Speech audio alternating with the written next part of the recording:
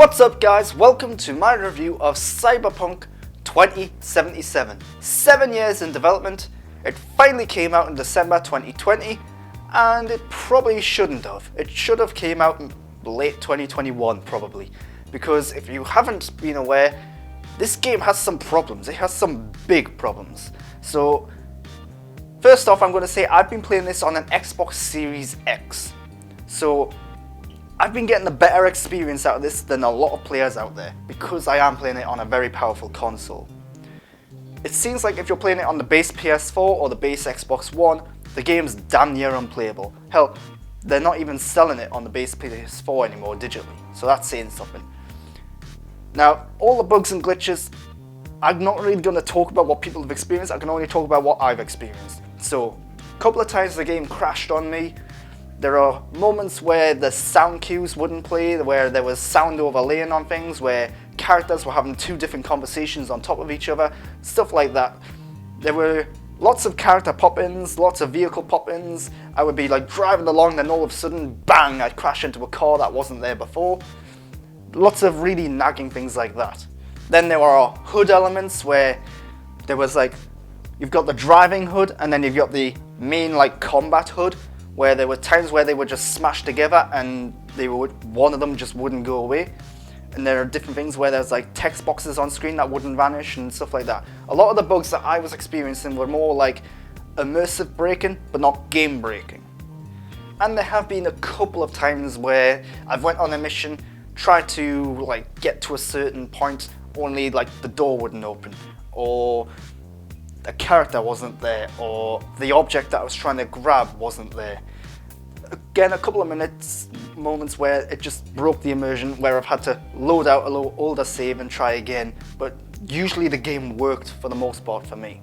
So it's a shame that so many other people haven't been able to play this game, where the frame rate's been so bad, where the game constantly crashes, where character models and textures aren't loading in, where they look like Mr. Potato Head, for example, and yeah, it's a shame that that's happening. In an ideal world, you should be playing this on a PS5 or an Xbox Series X or a PC. But hell, this game was designed for the PS4 and the Xbox One, so there's no excuses there. I think beneath all the bugs and the glitches and the crashes and all the other problems, this game is good. It's a good, maybe even a great game. That's what I think of this game in a nutshell. So, if you don't know, this is an first-person RPG open world action exploration game in a way, and some of these elements work really well, some of them don't work well at all. I think the RPG elements, the first-person shooter elements, and narrative elements all blend in fairly well together. They do feel like it feels like a good RPG. It's not groundbreaking, it's not like the revolutionary RPG that we all kind of wanted or hoped this would be, or even expected this would be based on the build up to this game. I do think this is just a very competent, very good RPG. The first person shooter mechanics I feel are heavy. Every gun has a different unique feel and style to it. Shotguns are heavy, for example. It feels like every gun you have has some weight behind it. It feels like every time you're pulling the trigger, there's like some power behind all your shots, and it's really cool that way on. Obviously, it's not in the same range as like a Call of Duty game or something, because this is not a standard first-person shooter game, but I did like the shooting mechanics. There are some variations to the weapons you can get, so it's not just point and aim and shoot. There's smart tech, for example, where some weapons will automatically lock on to your target's limbs or head or so forth, and that's cool. It's an interesting concept, but I do think it makes the combat a little easier. So I would say try to avoid them maybe, because it makes the game a little on the simple side. Like if you're shooting a handgun and every bullet that you're shooting is just flying straight to the head, it's going to make things simpler. In terms of the combat, the one area that doesn't work that well is the melee combat. The melee combat feels very light, it feels very floaty. Every time you're landing a punch or swinging a bat or a knife or whatever, it doesn't always feel like it's having a huge impact, and that's disappointing. So one of the interesting things is that this is in many ways a combination of like The Witcher 3 and Grand Theft Auto. What's interesting here is that this is way more Grand Theft Auto than I was expecting it to be. in that it is an open world. You are driving vehicles, you are going up, picking up missions. There's lots of question marks on the map, lots of different activities you can do, and it works quite well, but it's clearly not up to the standards of Grand Theft Auto, which is a little disappointing. But hell, to even be compared to Grand Theft Auto in a somewhat positive way is an impressive feat. But it should be noted that the driving isn't as good as Grand Theft Auto. It's not as on the scale of like a proper like racing game or anything like that. The driving is very stiff. The vehicles, like the weapons in the game, do have a weight to them. Some of them have better handling than others. For example, you can get in a Porsche at one point, the handling on that is terrible. Then you can also get into like this monster truck, which can then just crush through all of the traffic in front of you and so on. The vehicles are good, but don't expect to be getting like driving game quality vehicle stuff here. It's also disappointing that all the vehicles in the game, motorbikes, jeeps, cars and so on, are very grounded, like literally grounded. They're on the ground, they're on wheels. You see vehicles that can fly in the air, but it's all set decoration. You can't get in them, you can't fly them. It's very disappointing that a Cyberpunk game set in the future with all this advanced tech and so on, and yet this seems very dated. It's also worth saying that a lot of the driving stuff, there's no like satellite navigation, there's no autopilot, so you can get into a car, but the car can't drive itself. The car can't take you to one location, you've got to drive. Now you might be thinking, well, okay, that's fine, but it's worth saying that CD Projekt Red, they made The Witcher 3. You could get on a horse in The Witcher 3, set a destination, and all you had to do was hold down a button and your horse would go there. You didn't really have to do much else. So it's odd that that mechanic is gone from this, despite this being set in the far-flung future.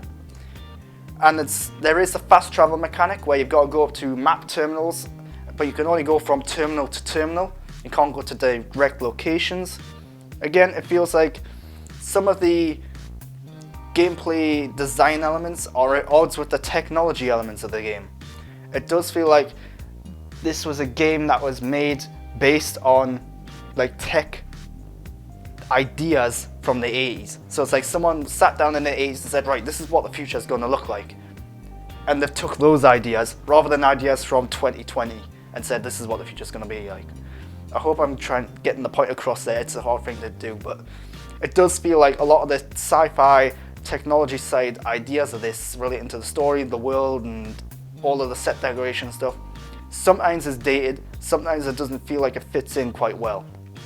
So let's talk a bit more about the RPG mechanics. A lot of this is you going up to characters and having conversations, making decisions. A lot of it does feel like more like flavouring the story a bit. So at the beginning of the game you can choose from 3 backstories. There's Nomad, there's Street Kid, and there's Corpo. Corpo is where you're a big like corporation guy in your suit and working in this big fancy company. Nomad is when you're on the outskirts of the city, on your own, in your clan. Street Kid is what it is, you're in the streets, you were raised on the streets. And Street Kid does feel like the more straightforward, basic view of the game, and that is the one that I played. So, playing on Street Kid, what's happened is there are certain options of dialogue choices.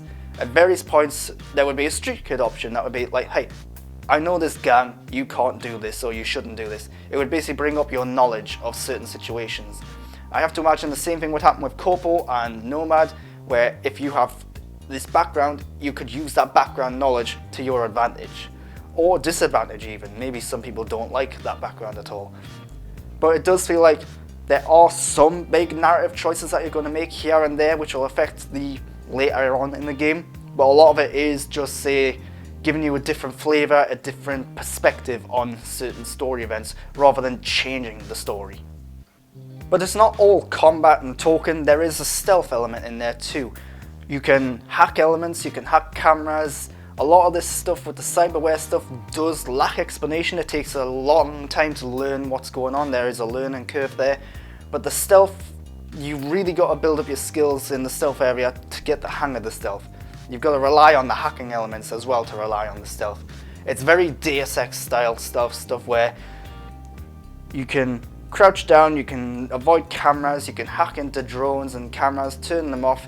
You can hack into people as well, turn off their eyesight or turn off their cosmetic items, their augmentations and stuff like that.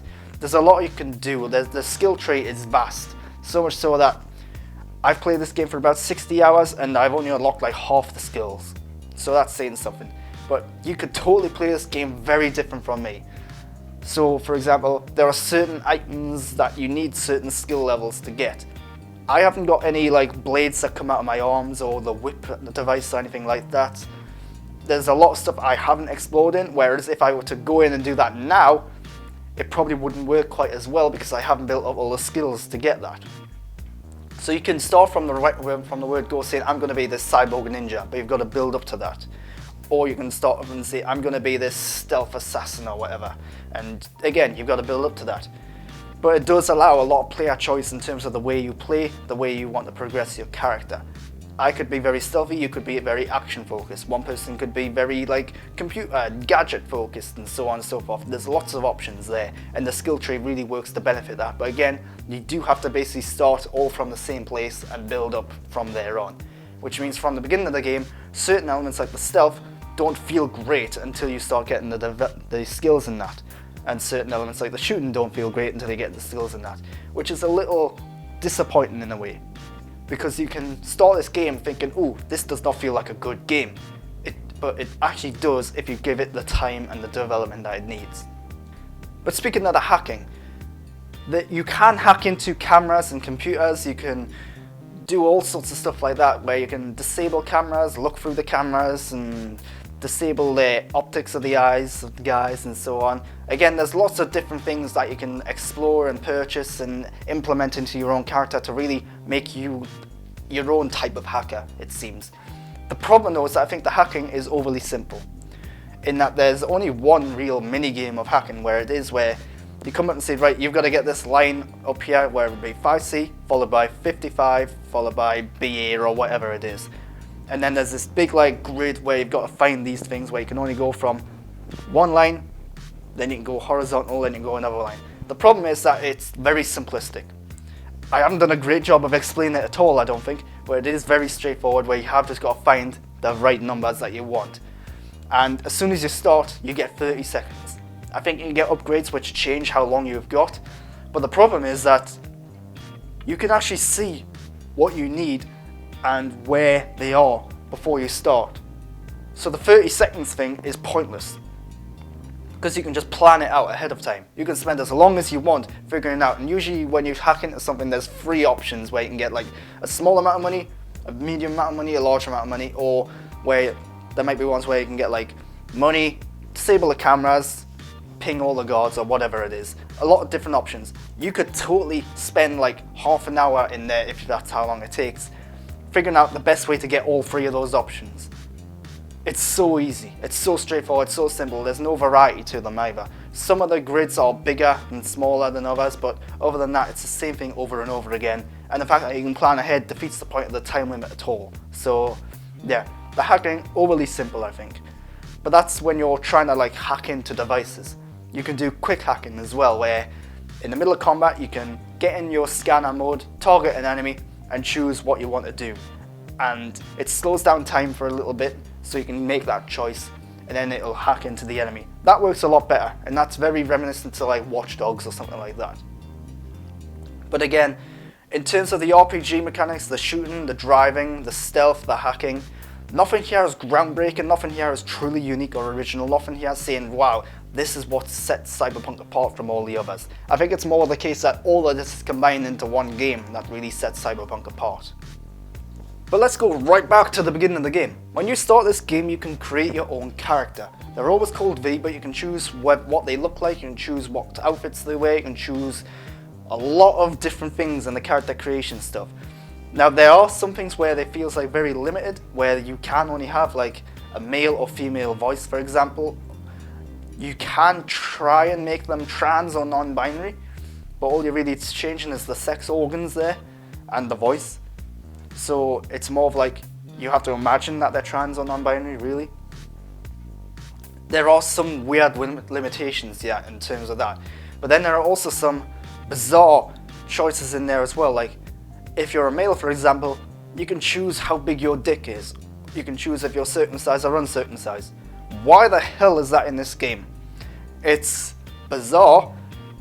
It's interesting, but the problem is this is a first-person shooter. The most you ever see of your character is when you go into a menu to change your clothing, or when you look down in the game to see what your feet look like. That's all you ever see of your character. So why have so much attention on what your character looks like when you can barely see them to begin with? When you get into driving, you can change the perspective from first person to third person, so you can move the camera around the vehicle and see the vehicle in full. That's how I done the driving stuff, by the way. But yeah, a lot of the character creation stuff is cool and interesting. A lot of it is limiting at the same time, bizarrely. But overall, it just feels like, why would you want to invest so much time in the character creation stuff when you don't see the character? And I think just to compare it to another game, Saints Row for example. Saints Row, you could be totally bizarre. You can have like a green-skinned Hulk character if you want. You can have them be an alien and stuff like that.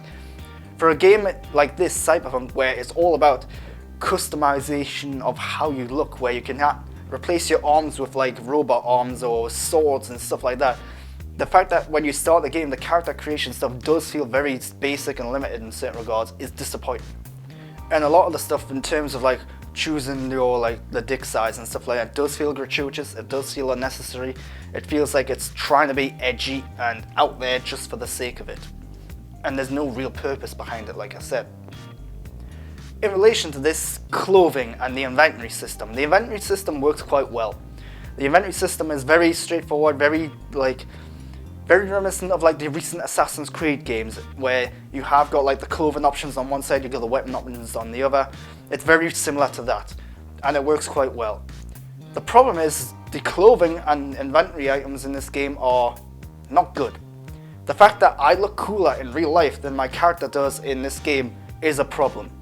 It's very hard to make your character look cool in this game, going by the clothing alone in this game. You can go into like clothing stores around the game and buy clothes and stuff. I haven't actually dabbled too much in that. I didn't feel like there was a need to do that. A lot of the clothes and weapons and items that I got were picked up from people that I killed or found on the street and in missions and so on. I never felt the need to go to like a gun shop and buy more weapons or to buy clothes, but it's cool that those options are there. In a similar way, there's a whole crafting system in this game, where you can craft your own weapons, your own clothes and so on, and upgrades and that. The game never tells you how to work that area. It never says, right, here's the tutorial for the crafting stuff. It never says, right now you've got to craft this item to get to this mission or whatever. It just feels like it's there for being there. Again, it's cool that it's there. If you want to dabble in that, fine. But I've never touched the crafting system at all in this game. Again, played it for 60 hours at this point. So there's a lot going on in this game, but a lot of it doesn't feel necessary. And again, maybe if you're a different type of player, it might be totally necessary for you. Maybe you to rely on the crafting system completely, but I just didn't feel the need at all. But let's talk a bit more about the story. I'm not going to go into spoilers, so don't worry about that. I think the main story, the main campaign, which is about 20 to 30 hours, is actually on the shorter side for an RPG of this sort. It's very interesting. There's a lot of cool set pieces, a lot of big dramatic moments, a lot of great characters in there. And there's also some emotional stuff in there. I will, however, say that the side stories are sometimes just as interesting, just as relevant and important as the main story.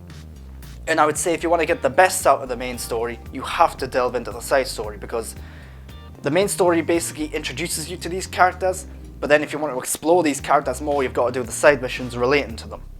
And then that will benefit the main story later on. That's how it kind of works out. But you've got main missions, side missions, gigs, rides, and I think that's it. Yeah, there's like crimes you can solve as well. So the main missions comprise the main story, 20 to 30 hours, really cool, thrilling, tense, exciting stuff in there. The side missions mainly focus on character stuff, so that's where you get to explore some of the characters you're meeting, where you get to delve into their backstories, what their world is like, what's going on in their lives. A lot of that stuff's really interesting and cool as well. Some of it's bigger and grander than other stuff, so there are some minor side missions where you've got to like go around and find all the tarot card, graffiti wall stuff. And so yeah, there is a difference between like a good side story and a bad side story, or just not an interesting side story. gigs, meanwhile, are very straightforward, like, go here, steal this, go here, kill this person. They do have like a sort of story behind them, but it does feel like they thought, right, how can we get different types of missions in here, different, just smaller operations, smaller tasks for you to do, and they've just put a little story around it. They're cool if you want to do that, they're cool if you really want to complete this game and get the most out of the world and to like get all the XP to boost up your character skills and stuff like that, but they're not entirely necessary. They don't tie into the main story or the side story at all, so a lot of that stuff I skipped. Then there's rides. Rides is basically where, for some reason, everyone in this game wants to sell their damn car. I don't know why. It seems like every single person has 2 or 3 cars that they're just trying to get rid of, and some of the cars are cool, I'm not arguing about that, but I feel like maybe they should have just put a car store in the game rather than selling them in this way, because it feels very weird, story-wise. Why are so many people trying to get rid of their cars? It's bizarre. But they're not really missions, they are just things like you can go up, right, buy the car. But that's how the game is structured in terms of missions and so on. The characters though, this is where the game really shines, I think. The characters are brilliant. So much so that you can be introduced to a character in the main story, think that they're going to be a really important, significant character, only for like 5 minutes later they're getting their head blown off. It's really cool that every single character in this game, particularly in the main story and the side stories, feels like they're fully fleshed out, real people. To the point where you can't tell at times who's a main character, who's a minor character, who's a character you're only going to see for 2 seconds, who's a character you're going to be with for 20 hours. It's really well done that way on. That being said, there are a lot of questionable character depictions here.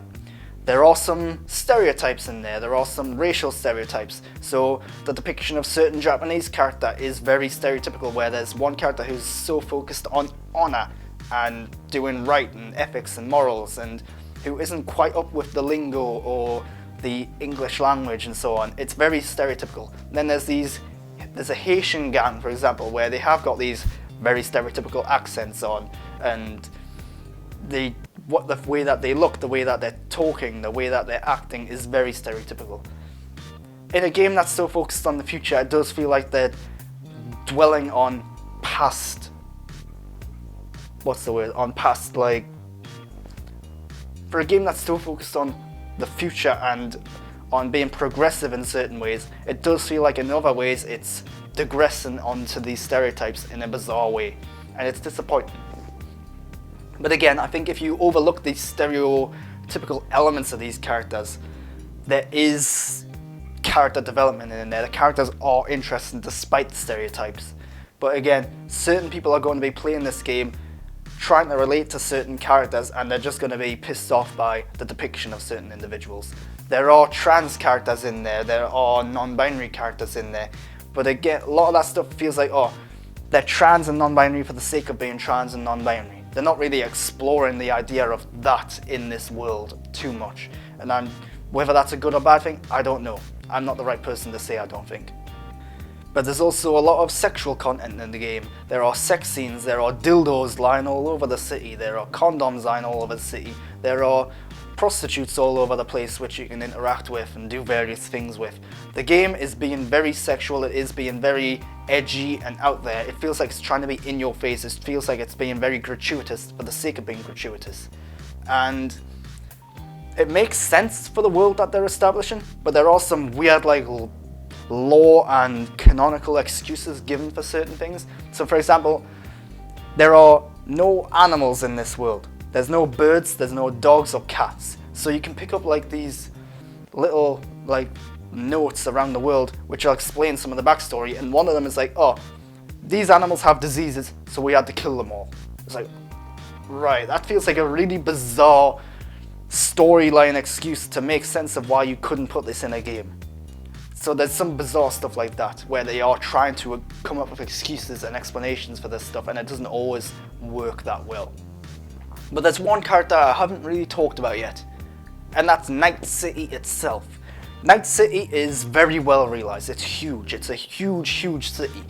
Now most of the time when you see a city in a video game, like whether it be a Grand Theft Auto game or Red Dead Redemption or Saints Row or whatever, they aren't actually equivalent to a city in real life, in that they are often condensed down and much more manageable for a game. So Grand Theft Auto 4, for example, based on New York, there are districts missing from that city in order to fit it into the game and to make it much more playable. So it looks and feels like New York, but there are certain things that aren't actually there, that are actually in New York. Grand Theft Auto 5, for example, Los Santos is based on Los Angeles, but it's not a one-for-one match of Los Angeles. Night City is a completely original city, a completely original place where there are some very key locations which are inspired by like Los Angeles and San Francisco and so on. But to say that Night City feels like a real city, it's definitely got the depth and size of a real city, is really impressive.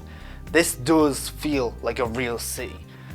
Each district, each location has its own unique vibe and look and appeal to it. So there are some areas which are full of skyscrapers and feels very upper class and so on. There are other areas which feel like slums. There are some areas where you're like in the Hollywood Hills equivalent, where there's mansions and so on. Then you go out of the city and you're in like a desert location where there are just little camps and caravan sites all over the place. It feels like there's a lot of thought put into them. It feels like this is a real place. It feels like there's tons to explore here. The fact that I could not direct you around this city is saying something. After playing 60 hours of this game, you could not tell me to go from here to here without putting a marker on the location. I could not do that. That's how big this city is, that's how dense the city is. And it's not so much that it's big width-wise, it is that there's so much in there. So there's mega towers, for example. You can go into one mega tower, you've got an apartment, there's a gun shop, there's like a boxing ring, there's all sorts going on. There's a lot of stuff that you can't interact with, a lot of stuff that is just set decoration, which is setting the scene and setting the tone. But there is also like lots of drug stores you can go into, lots of clothing stores, loads of people stand in their cars, like I said, and yeah, it feels like a real place, it feels dense, it feels like there's tons going on, and that's really cool. It really does a good job at making this feel like a real place that you want to inhabit. But I want to talk a bit more about the writing here, because I said the main story is great. I said most of the characters are great, there are stereotypes though, but it does feel like there were a bunch of different writers involved in this game, and of course there definitely were. But it feels like they put their best writers on the main story and some of the side stories, and then put their lesser writers, their junior writers maybe, on some of the other stuff, to the point where there is a huge difference between a good mission and a bad mission. It feels like some missions had a lot of thought and attention and care put into them, whereas others didn't have any at all. And this goes, and it's not even just the missions, it's all across the game, where certain lines of dialogue, for example, feel really generic. Certain lines of dialogue feel really good, feel really natural and believable. And then there are other ones where it feels like a kid wrote them. A lot of the stuff that Keanu Reeves' character writes, for example, does not sound natural or real. Now, the one excuse that I think needs to be mentioned here is that Keanu Reeves' character, Johnny Silverhand, died 50 years before this game set. So maybe that's what they're trying to go for. Maybe they're trying to say that, hey, the things he's saying are dated, the things he's saying are not from this time period. I don't know. But it does feel like at times there are certain lines of dialogue, certain moments that are less developed, less care and attention put into others, and it's odd. And in relation to this, the main storyline has a time limit. Not a literal one, you are not being timed throughout this, but it's very clear once you get part of the prologue that, hey, you've got to do this main task in a certain amount of time. And the problem here is that at the same time, it's also saying, oh, you've got this mission, this mission, this mission. You've got, hey, you can go over and explore this character. There's all these side missions you can do. So the side stories and all this other additional content is at odds with the main mission. Because the main mission's saying, hey, you've got to focus on this. This is life or death situation. Yeah, this is really, really important stuff. But hey, the side missions completely ignore that. So it's almost as if maybe you should do the main story first, but then you can't do the main story first because you need to do some of the side stuff to get the character stuff, which will then impact the main story. So it's really bizarre how one thing has this time limit and another one's completely ignoring it, and they don't always mesh well. It feels like the main story is separate from the side stories, but it's also relying on it at the same time. It's bizarre. So I've already touched on Keanu Reeves. Let's touch on him a little bit more because he is such an important character, such an important figure in this game. I think it's saying something that, in terms of the acting and performance, Keanu Reeves is the worst thing in this game. I like Keanu Reeves. I actually like the character of Johnny Silverhand in this game as well. And I kind of like the performance. It takes a lot to get used to with the performance, but it does feel very still, it does feel very wooden. It feels like they literally sent Keanu the script and he recorded it over the phone or something, which is probably how it happened. I don't know. Maybe I'm wrong. But a lot of these characters are putting a lot of emotive care into what they're saying. It feels like they're actually there, it feels like they're real. And then Johnny Silverhand showing up with this corny dialogue at times, and he's not exactly selling it as well as everyone else is. And it's a little disappointing. But I do think his character is great. I do think there's a lot of depth to him. I do think if you take the time to actually explore his character, you will start to like him. He's meant to be this arsehole, and he is. But then, the more you get through the game, the more you realise there's a bit more to him. There is some odd moments, like for example when you're first introduced to him, your character is like seriously pissed off with him. And it's very antagonistic. And he hates you, you hate him. But then it seems like 5 minutes later, oh, you're friends. Everything's fine and dandy. There are some odd moments like that where the game can't figure out whether you're in the early game or if you're in the later game and what your relationship is with him. It feels like bizarre at times where there are moments where the game just can't figure out where you are in the game or where you are in the narrative. So overall, here's what I thought. The bugs and glitches and the various problems of this game cannot be overlooked. They are immersive breaking. I haven't had anything that's too game breaking. There are a couple of moments where the game crashed, there are a couple of moments where I've had to load up an old save because something wouldn't load in correctly or something. But beneath all of this stuff, I do think the game is good. I might even say the game is great.